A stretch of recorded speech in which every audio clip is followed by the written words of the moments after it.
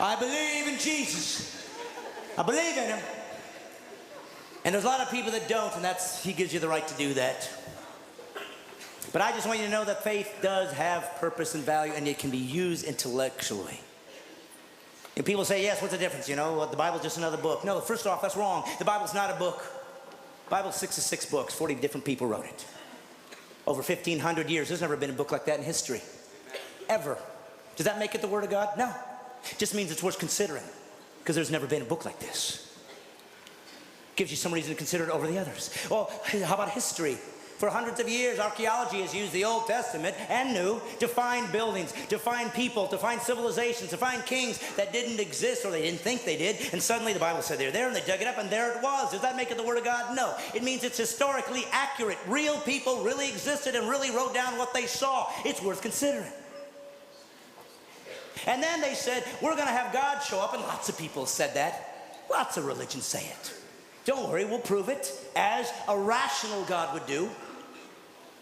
I will do prophecies. I will show that I'm not trapped in linear time, that I can see beyond where you are. I will give prophecies to tell you what the guy, when I show up, when God appears on earth to reveal himself, I'll show you what he's going to look like. Over 300 prophecies. And then a man showed up one day named Jesus. And he said, I'm that guy.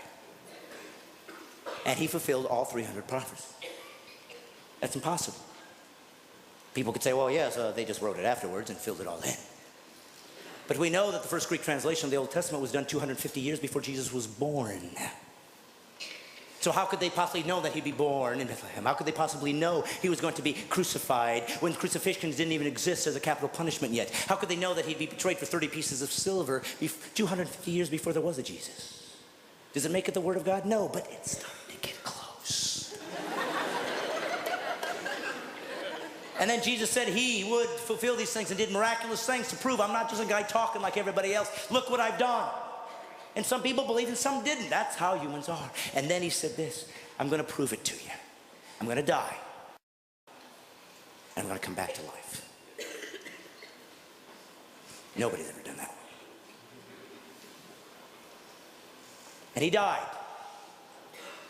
And all those who were with him, 3 years, ran in fear, as would all of us. And they ran away and they said, I guess we were wrong. And then something happened.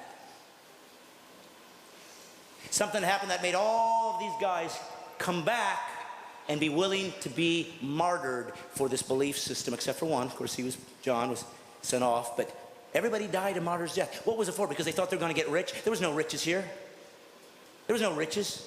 The Roman government hated them. They wanted them destroyed. They'd use them as people that could be eaten alive by animals for sport and entertainment. You were kicked out of your culture. The Jews weren't going to take you in, so there was no value there.